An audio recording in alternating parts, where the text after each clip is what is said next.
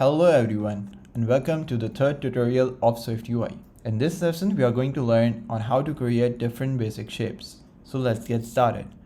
First of all, let's create a new struct named shape and let's confirm it using view. Now we need to add some view in this body. So let's create a Z stack, and in that Z stack let's create a circle.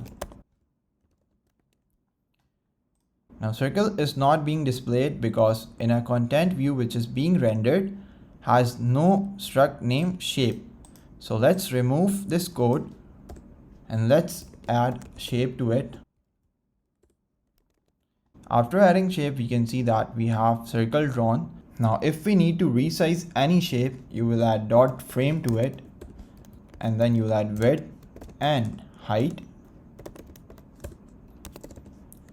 Now this is how you can resize any shape you want. If I need to fill different color in shape, I will use fill property, and in that fill I can add different colors.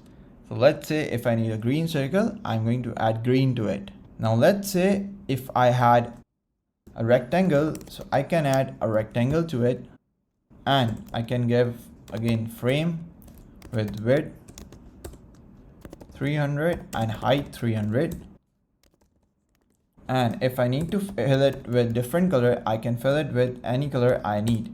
So let's say if I need to fill it with orange color, here it is. So in order to give a color to any shape, we use fill, and if we need to resize any shape, we use frame with width and height. Now if we need to make the rectangle corner rounded, we are going to use rounded rectangle.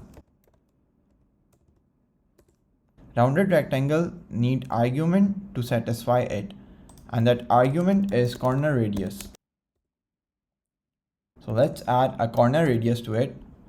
After adding corner radius, it made our corners rounded. If I need to make it more round, what I can do is I can increase corner radius. It's going to make our corner more round. Now what if I want to make just one corner rounded, not all the corners? So for that we have uneven rounded rectangle, and the argument it takes is corner radii. So we can use .init, and now we can specify, now we need to specify which corner we need to make round.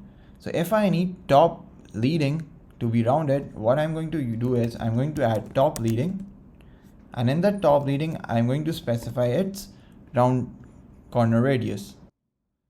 So it's 50, and we can see that only top leading is affected, not all the corners are being rounded.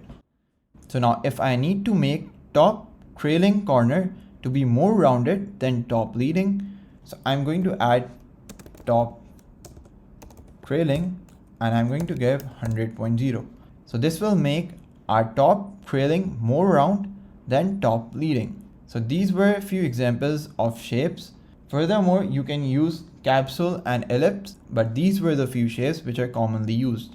Now let's say if I have orange circle and I only need a border of it. So what I'm going to do is I'm going to introduce stroke with a line width, and in this line width I can specify the line width that I need for our border. Similarly, if I need to create a rectangle with just border, what I'm going to do is I'm going to add rectangle and stroke with line width.